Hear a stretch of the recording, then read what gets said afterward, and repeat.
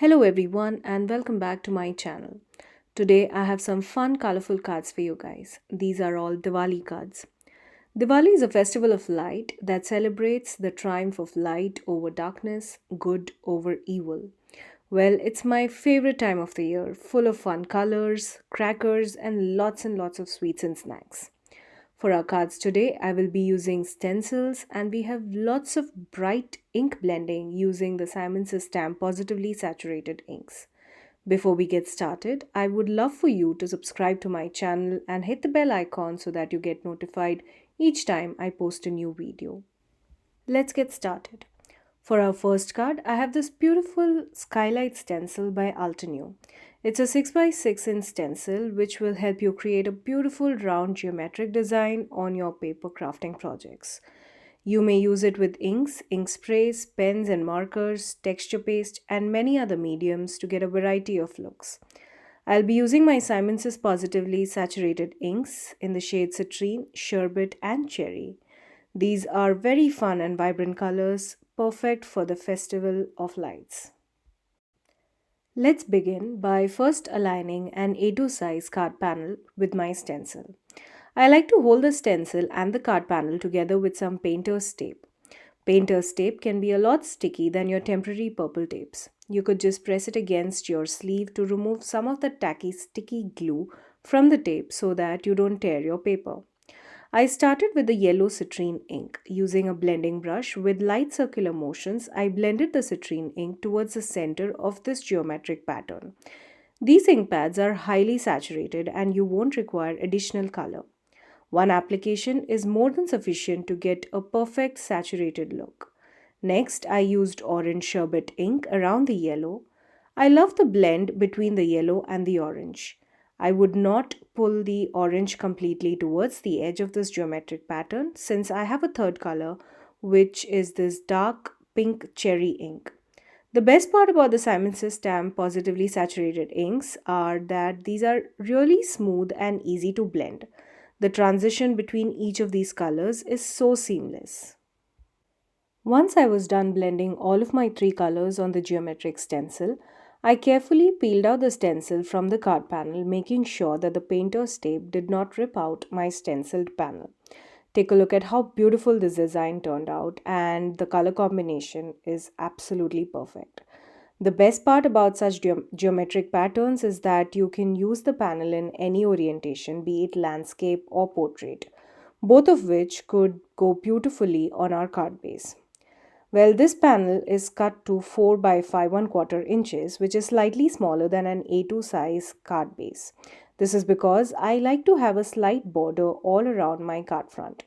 You could also cut an exact A2 size card panel for your stencil card fronts if you don't prefer having the border all around your card front. Using the same exact shades of yellow, orange and pink that I used for stenciling, I'll be coloring or lightly blending the citrine, sherbet and cherry ink all over my background. This will tone down the bright white card panel that is showing around my stenciled image. Now to add some shine and sparkle to our card. I'll be adding some ink splatters. Well, for that I have my metallic watercolor palette and I'll be using the gold metallic watercolor for my splatters today. I have this box which is one of my Simon's Stamp card kit boxes and I usually save those boxes for such ink splattering techniques or when I'm using some spray paints on my card fronts. When I make these splatters, I don't like the color to be a lot diluted. What I do is I dip my paintbrush in a cup of water and then dip the wet paintbrush into the color palette and pick up some color on the paintbrush. I have noticed that when I dilute the color a lot, I don't get enough concentration of the color on my splattered panel. It's more of a watery blob on the panel than just the color. Well, once I have enough color on my paintbrush, I take the paintbrush and tap it against something. Well, here I'm using a pencil. Since the color is a lot more concentrated on a paintbrush, I require something more solid to tap on so that all of the color is splattered perfectly on my panel. Once I was done with all of that splatter, I was satisfied with the amount of the splattered watercolor. Then I went ahead and wanted to add a little more shine to my card, so I again dipped the paintbrush into the same gold watercolor and then added it on the edges of the card panel. I love the shine and sparkle on this card. I can leave this panel to dry, and it would usually take a couple of minutes for it to dry, but if you're in a hurry, you could definitely use your heat gun to speed up the drying process. Well, while my panel was drying, I went ahead and created another card front using the same Skyline Stencil by Altenew. But this time, instead of the yellow, orange, and pink, I decided to go with my blues. Well, to begin with, I had a slight shade of pink using taffy, which is a beautiful pink color. Then I have amethyst and iris, which, well, are mostly purples, I would say. I love this color gradient. Once I was done stenciling, I repeated the same exact technique of ink blending using the same shades of taffy, amethyst, and iris all around my card front. This was to tone down the white of my background. Then, using the same gold metallic watercolor, I added splatters and also the gold border around the edges of my card panel. This panel again is 4 by 5 1 quarter inches, which is slightly smaller than a normal A2 size card base. Now that both our card fronts are ready, we can go ahead and work on the sentiment.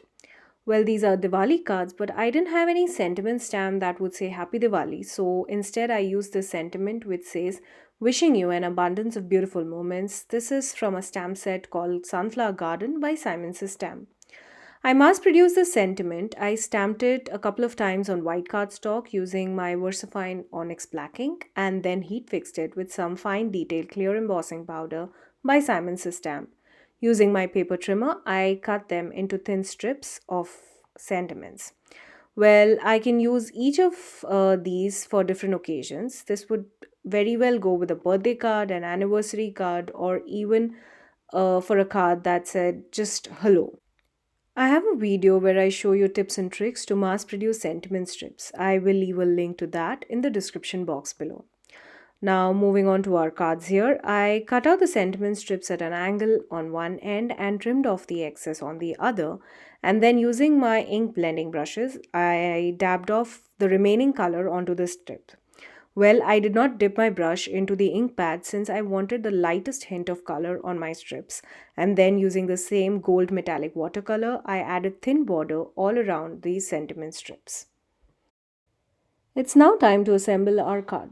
I went ahead and adhered the stencil ink blended card front onto a top folding A2 size white note card.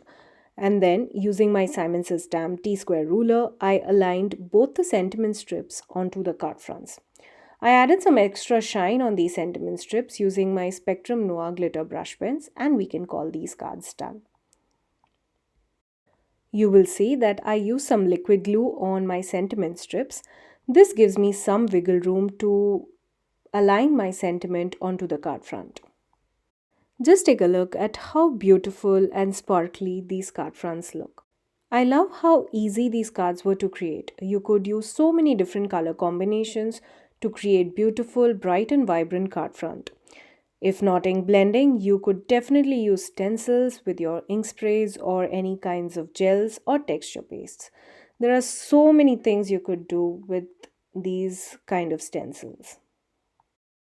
For card number 2, I will be doing the same exact technique of stenciling and ink blending.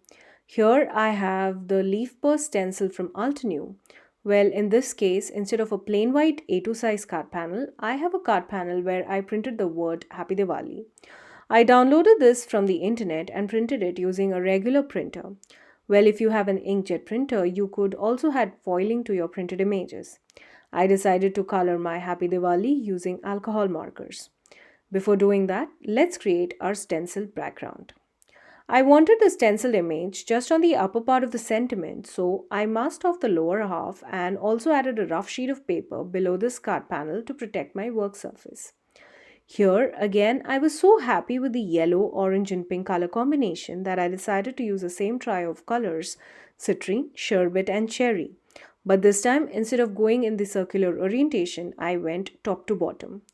Once I was done adding color to my stencil, I removed my stencil and ink blended the same set of colors all over my background. All I did was pull down the color from the upper part of the panel where my stencil pattern is to the bottom of the panel below the Happy Diwali sentiment. Now we can color the Happy Diwali sentiment. I'll be keeping the color palette constant, so here I am using yellow, orange, and pink for the word Diwali.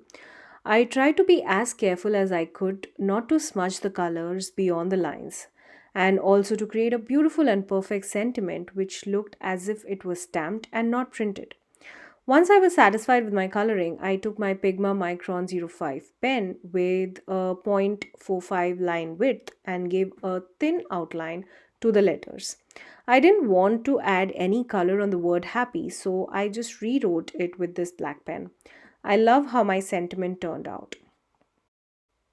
At this point, you can call this cut done, but well, I wanted to add some gold metallic watercolor, and so I added the splatter on my card front and also the gold watercolor edges all around the card panel. You could also add some shimmer spray to enhance the shine on your card. Using some foam tape, I mounted this panel over an A2 size note card and completed it with the same wishing you an abundance of beautiful moments sentiments. Here's a look at the finished card.